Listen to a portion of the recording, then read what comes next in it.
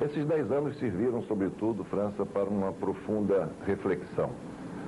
Um período de muito sofrimento, como todos bem podem imaginar, que serviram para o meu amadurecimento, para que eu pudesse avaliar melhor tudo o que se passou. Erros foram cometidos, sem dúvida. 10 anos após o impeachment, Collor quer voltar para usar Alagoas novamente em suas aventuras. É hora de decisão. Mergulhar Alagoas de novo no atraso e na corrupção? Ou enterrar de vez um dos políticos mais corruptos que o Brasil já conheceu? Fernando Collor nasceu e foi criado no Rio de Janeiro. Na juventude, morou em Brasília, onde fazia parte de gangues de baderna. Seu irmão Pedro Collor conta que ele era violento. Uma vez, arrebentou uma boate a golpes de karatê. Outra vez, quebrou o andar inteiro do Hotel Heron.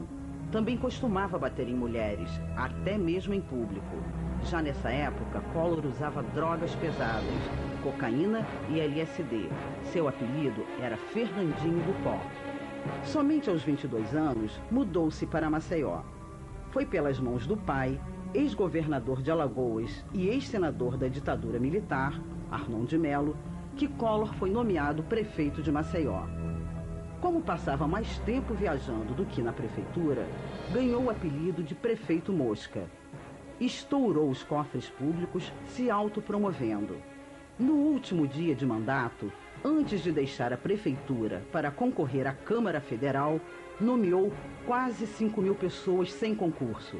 Eram seus afiliados políticos e cabos eleitorais. Com essa manobra, acabou com a Fundação Educacional de Maceió. Mas se elegeu. Na Câmara Federal, não passou de um deputado incompetente, mas esperto. A vida de luxo que levava não condizia com o salário de deputado. Ganhou um novo apelido: Príncipe da Corrupção. Em 86, financiado por uma campanha caríssima para o governo de Alagoas, Collor prometeu colocar na cadeia todos os marajás e moralizar o serviço público. Ameaçou tomar as terras dos usineiros que deviam uma fortuna ao Banco do Estado, o Produban, para fazer reforma agrária. Mas Collor já assumiu o cargo pensando na presidência da República. Governou permanentemente em campanha. Esqueceu as dívidas dos usineiros com o Produban. O banco não aguentou o calote e quebrou.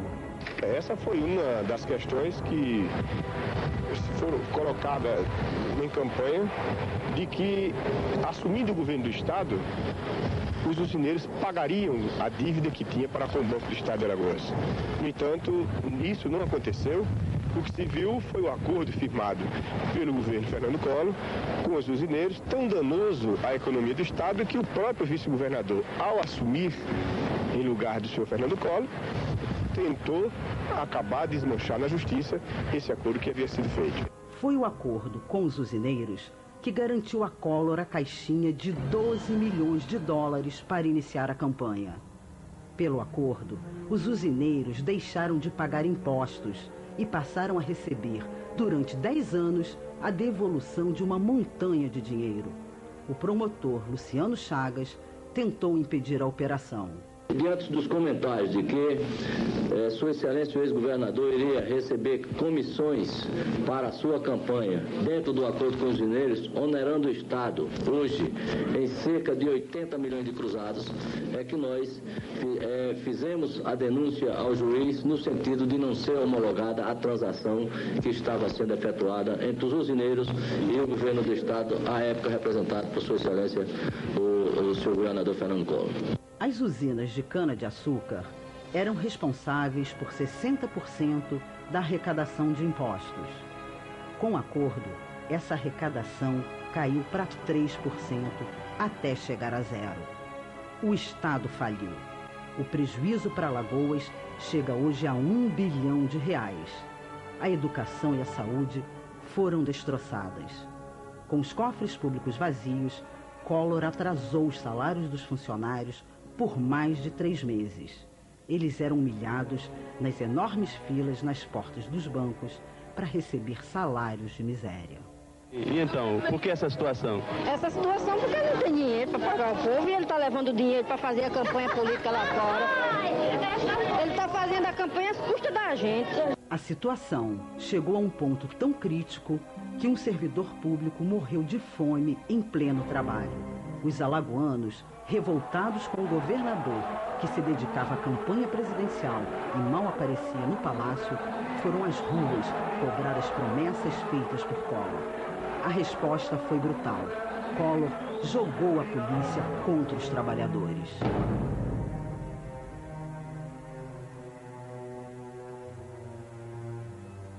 Quem não rezava na cartilha do senhor Fernando Collor de Mello era perseguido sistematicamente, afastado do trabalho, colocado em disponibilidade, simplesmente porque o governador não concordava com as posições daqueles profissionais que procuravam exercer a comunicação com liberdade, com autonomia, com independência.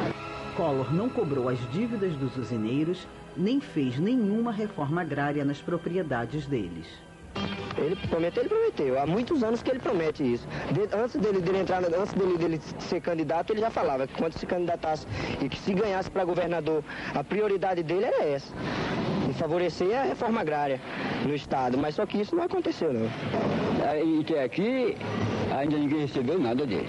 Depois a gente mudou aqui, agora estamos nessa fazenda, chega a polícia lá de 3 regiões, faixa dos 50 policiais. Falaram pra gente que tinha ido lá reivindicar, procurando armas, que a gente eram grupos de bandido. Onde a gente conhece, sabe muito bem onde é que tem vários grupos de bandido por aí, eles nunca vão lá procurar.